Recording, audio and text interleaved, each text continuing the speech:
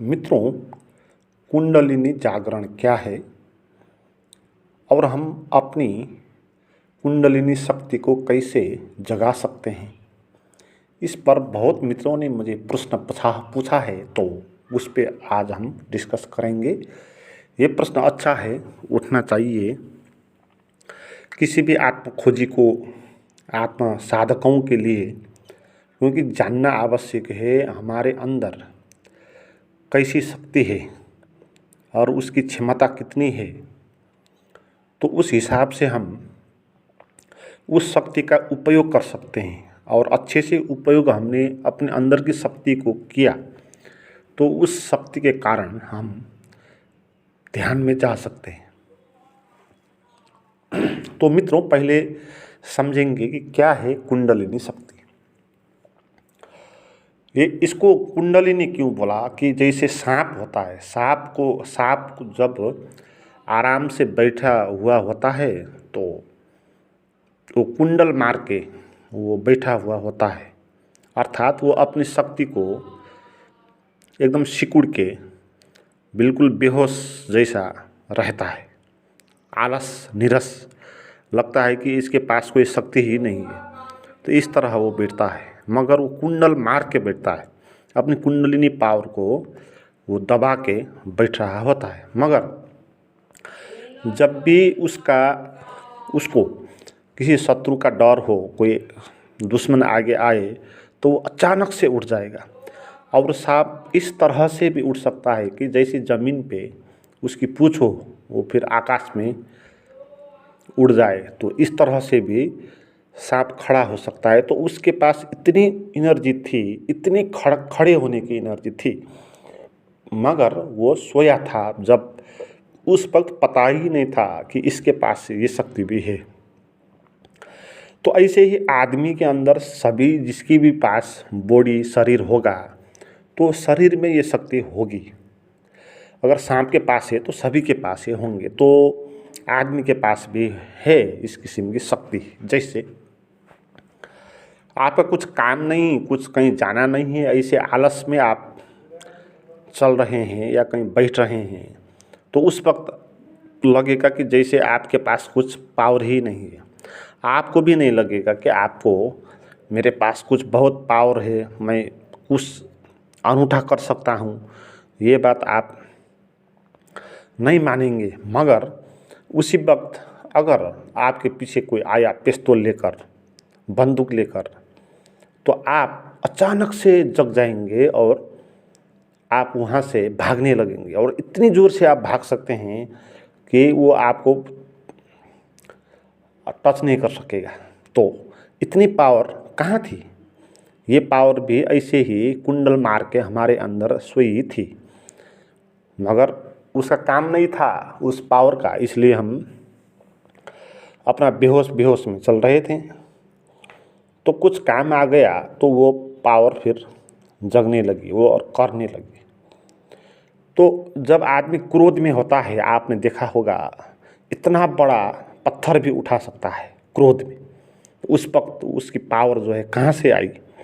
पहले तो एकदम निर्धा था, है ना, वो कुछ कर सकता है, इसके पास शक्तियाँ भी होंगी, ये भी हमको नहीं लगती थी। मगर अब जो है वो बड़ा पत्थर उठा सकता है। तो आदमी कुछ भी कर सकता है अगर उसकी कुंडलिनी शक्ति जगी।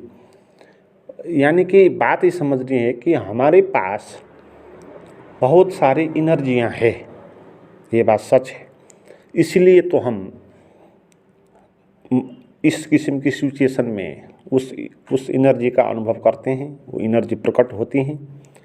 मगर पहले वो कहाँ थी, या क्या बाहर से उसके अंदर कुछ शक्ति आई? जैसे वो क्रोध में आ गया तो बाहर से क्या उसके अंदर एनर्जी आई? या जैसे पीछे गुंडा लग गया तो भागने वाली जो शक्ति है वो क्या बाहर से आई होगी? बाहर से तो नहीं आई, तो उसके अंदर से ही आई। तो इसका अर्थ ये हुआ कि उसके अंदर बहुत सारी एनर्जी है। जितना हम उस एनर्जी को प्रकटीकरण कर सके, वो उतना मात्रा में वो हो सकता है। क्यों ऐसा होता है? क्योंकि ये सारा जो अस्तित्व है वो एनर्जी है, अस्तित्व एनर्जी से बना है ना। परमात्मा जो है वो भी एक ऊर्जा है, अनंत ऊर्जा का स्रोत है, और उसका होना एक विद्युत जैसा भी है ना, एक करंट जैसा जो ऊर्जावान होगा, जो कुछ सशक्त होगा।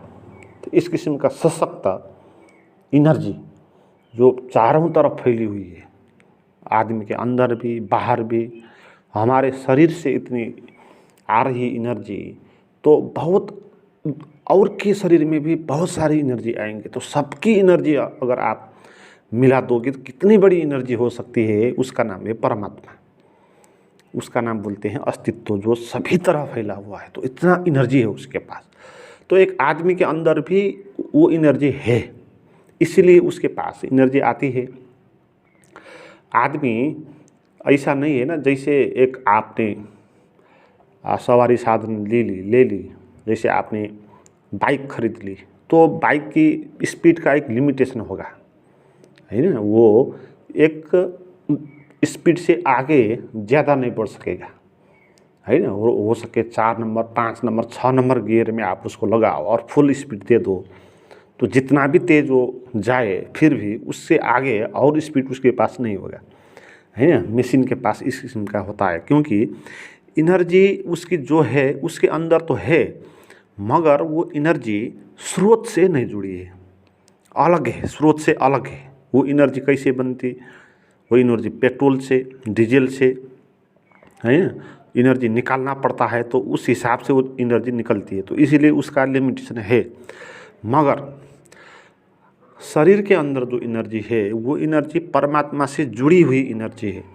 तो इसीलिए शरीर को जितना भी एनर्जी वहाँ से प्राप्त हो सकती है, इसलिए इस किस्म की घटना हो जाती है। इसलिए आदमी को इस ऐसा नहीं होगा कि यहाँ तक इसका पावर होगा, उसके आगे नहीं होगा, उससे आगे भी हो सकता है। अगर वो अपने गहरे प्रवेश किया, एनर्जी के पास पहुँचा, तो उससे आगे भी वो और कर सकता है। तो उसकी और करने की क्षमता आदमी के पास सदा बची रहेगी। इसलिए बोलते हैं ना, अभी तक जैसे साइंटिस्ट है आइंस्टाइन, तो लोग बोलते हैं अब तक सबसे ज़्यादा मस्तिष्क का प्रयोग आइंस्टाइन ने किया, ब्रेन का प्रयोग, बुद्धि का प्रयोग। तो फिर भी उसने केवल 5% ही किया, है ना। इतना किया जा सकता था कि 90% बच ही गया। तो इसलिए आदमी के पास जो क्षमता है उसका लिमिटेशन नहीं है, उससे और ज़्यादा भी हो सकता है। अगर ये मशीन होता शरीर तो ऐसा नहीं होता, हमने बताया। तो इसीलिए आदमी के पास जो भी एनर्जी है वो एनर्जी परमात्मा से, अस्तित्व से जुड़ी हुई है, ये बात है। तो इसलिए अपने को कमज़ोर मानने का नहीं है। बहुत लोग होते हैं ना, वो मानसिक रूप से अपने को कमज़ोर मानते हैं, मगर शारीरिक रूप से उनके पास बहुत एनर्जी होती है। आप ऐसे आदमी देखे होंगे, जैसे दिखाई पड़ने में तो ऐसा हट्टा कट्टा पहलवान जैसा दिखाई देता है, मगर मानसिक रूप से कमज़ोर इतना है कि जी हजूर करते घूमता फिरता है ना। उतनी एनर्जी उसके पास थी, फिर भी वो मानसिक रूप से कमज़ोर है, क्योंकि उसने अपने भीतर की एनर्जी का कुछ पहचान नहीं किया, माल पा लिया, चाल नहीं पाया। तो इसलिए बेचारा मानसिक रूप से गुलाम होकर रहता है। उतनी एनर्जी है उसके पास, अगर वो चाहे तो वो विश्व को बदल सकता, वो एक क्रांति ला सकता जीवन में, है ना। उतनी एनर्जी होती है, इतना साहस उसके पास होता है, मगर माल पाया और चाल नहीं पाया। तो इसी किस्म की हालत हम सब की है। हमारे अंदर भी बहुत सारी एनर्जी है, हम एनर्जी के स्रोत से जुड़े हुए हैं। तो इसलिए कमी नहीं होगी पावर की, एनर्जी की, मगर हम मानसिक रूप से कमज़ोर हो जाते हैं और अपने को दुखी, दरिद्र, कमज़ोर महसूस करते हैं, है ना। तो इस एनर्जी का अनुभव करना चाहिए हर एक आदमी को, तभी उसको लगेगा कि मैं कमज़ोर नहीं हूँ, मैं क्षमतावान हूँ, मैं प्राज्ञिक हूँ, मैं पूर्ण हूँ। तो इस किस्म का अनुभव हर एक को करना चाहिए, मगर है उसके अंदर वो क्षमता, तो आवश्यक है इस किस्म का सवाल उठना और इस पर डिस्कस करना। तो मित्रों, अब हमारे पास जो एनर्जी हैं, तो ये कुंडलिनी की एनर्जी, तो इसको कैसे विकास किया जा सकता है, इस पर सदियों से रिसर्च होता आया है। और अध्यात्म के जो वैज्ञानिक हैं, जो ऋषि मुनि हैं, उन्होंने इस पर बहुत काम किया और इस एनर्जी को जगाने के लिए कुछ ध्यान और साधना का भी विकास किया।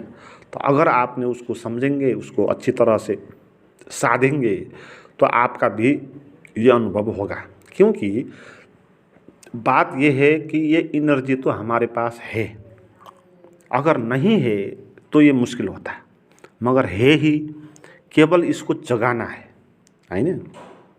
तो जगाने की ही बात तो रही ना, सामान तो हमारे पास है, तो इसीलिए ये सरल है बहुत, मगर जटिल भी है, क्योंकि इसको समझना, इस पर ध्यान देना, इसको साधना जो है थोड़ा मुश्किल होगा। तो इसलिए हम इससे दूर रहते हैं और इसका लाभ नहीं ले पाते। तो हमारे अध्यात्म में ये इसके लिए बोला गया कि ये एनर्जी 7 शरीर के 7 हिस्सों से, 7 भाग से ये इस एनर्जी का विस्फोट हो सकता है। कुंडलिनी जागरण माने क्या? कुंडलिनी जागरण माने जो भी हमारे अंदर सोई शक्ति है, तो उस शक्ति को जगाना है।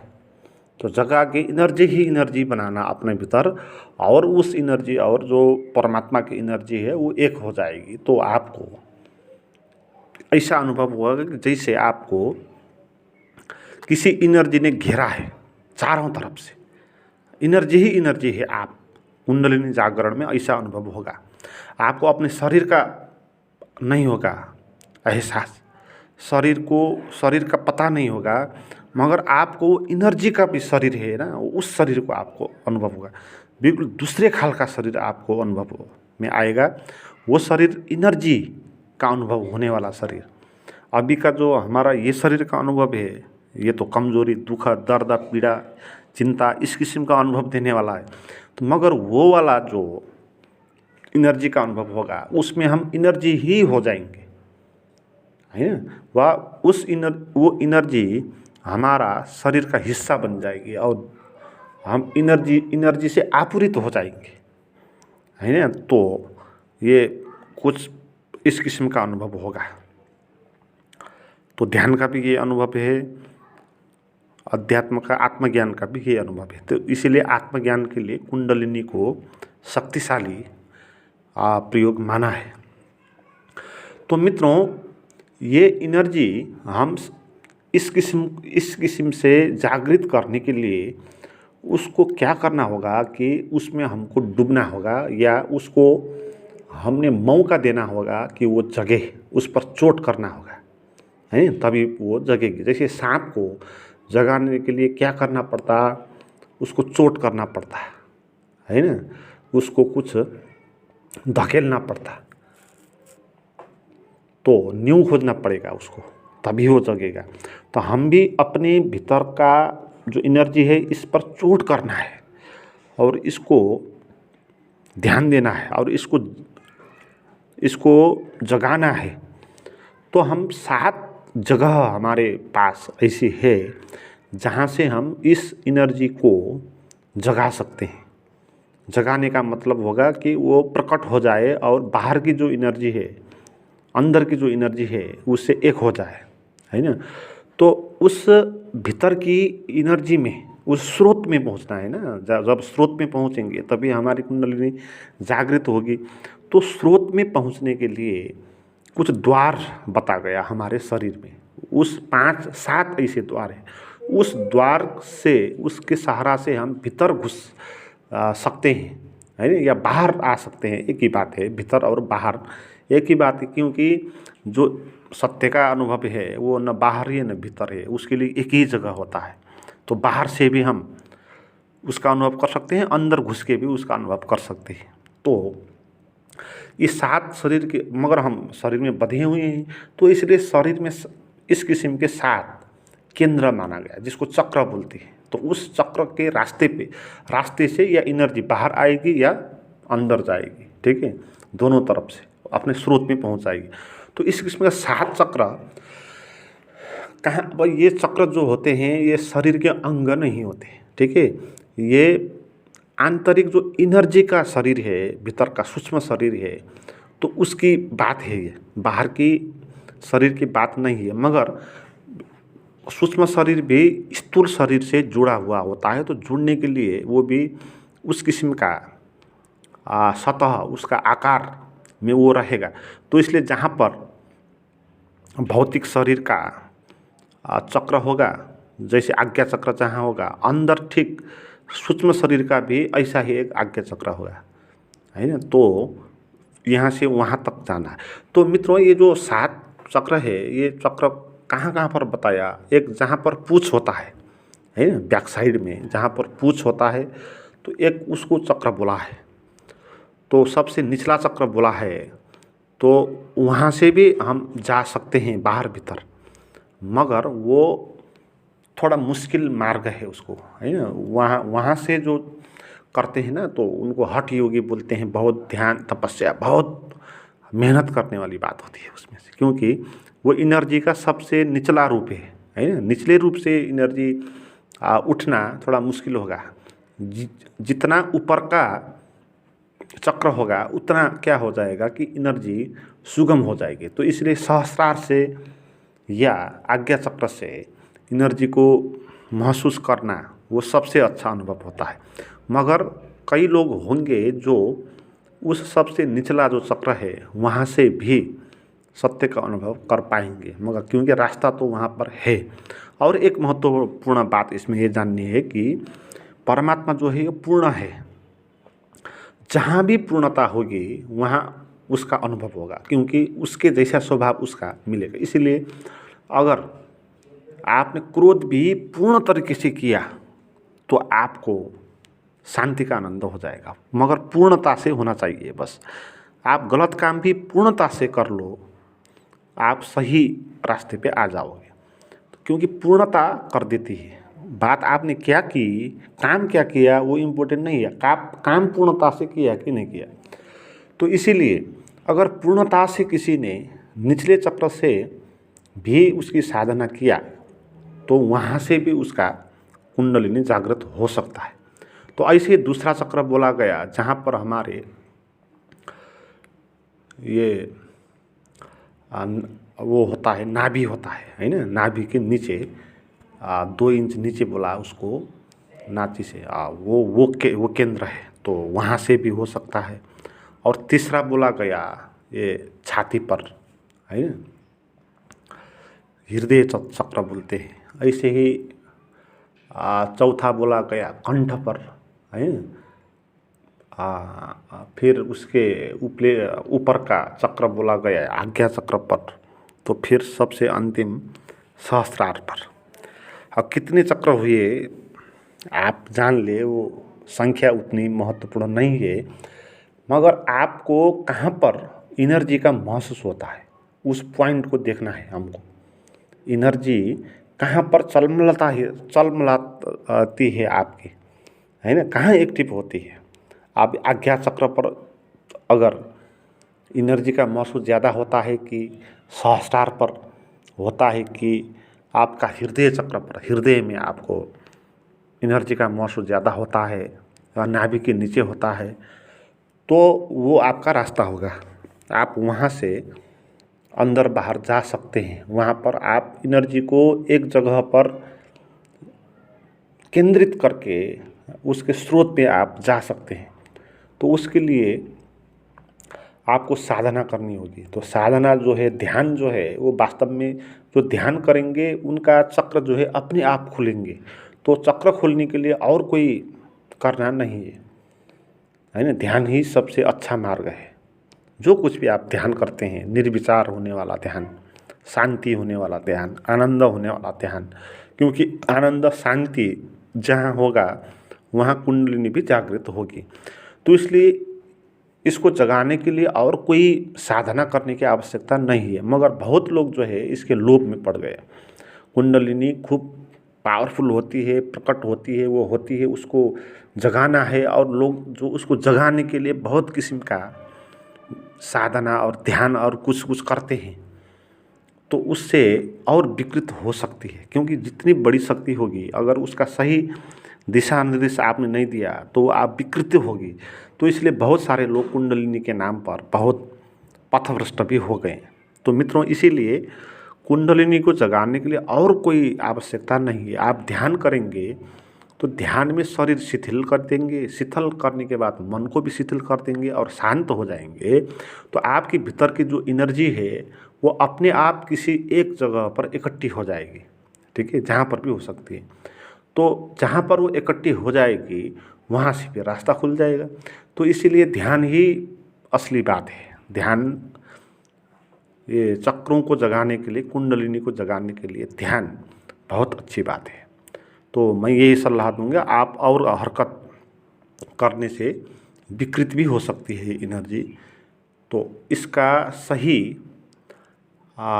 दिशा निर्देश देने के लिए वही है। और शरीर को जितना एक्टिव आप कर सके उतना अच्छा होगा एनर्जी को जगाने के लिए। जितना आप कूदे, आप कुछ व्यायाम करें, कुछ आप योगा करें या कुछ गेम खेलें और इस किस्म का प्रैक्टिस करें जहाँ पर आपका शरीर से पसीना आए, कुछ थकान हो, तो शरीर को एक्टिव आपको रखना है। तो एनर्जी जगने में उससे मदद मिलेगी। और फिर रिलैक्सेशन में जाना है, फिर है ना, ध्यान में रिलैक्सेशन में जाना है।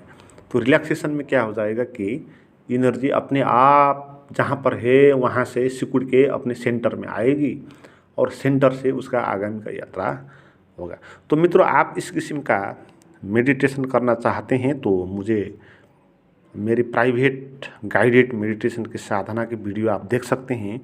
उसके लिए आप मुझे व्हाट्सएप पर बात करें, उसका नंबर मैंने डिस्क्रिप्शन में दिया हुआ है।